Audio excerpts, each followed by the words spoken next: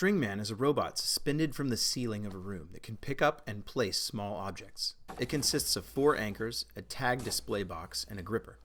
These are connected by strong braided fishing line. Compute is external for cost savings, so you must bring your own computer. Installation in a room takes about an hour. The complete installation guide is linked in the description.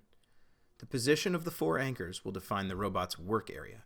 They're screwed into the wall corners and covered with a decorative faceplate. Installation is about the same level of difficulty as putting up a curtain rod.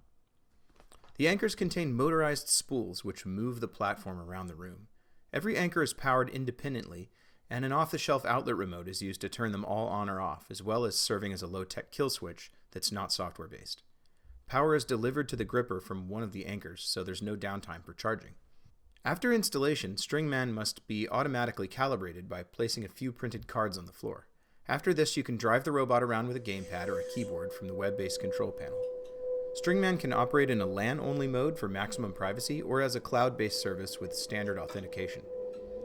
The main feature is the automatic pick-and-place routine.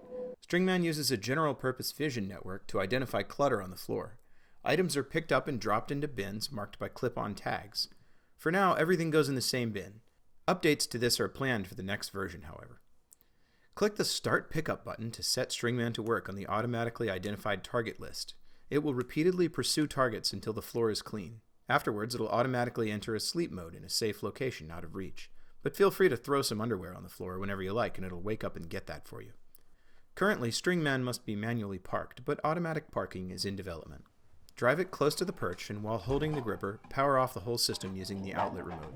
Set the gripper on the perch and pinch the fingers closed around it. To unpark, pick it up off the perch, power the system on, and drive it towards the center of the room with your gamepad. Run the quick calibration as soon as the display box is in a location visible to the cameras. I hope you find this helpful and that it makes your life easier. While it's not perfect, we're continuing to work on training the AI and improving the hardware. And if you're interested in being a part of the journey, either by purchasing an assembled unit or building one your own with the open source plans, check out the links in the description below. Thank you for watching.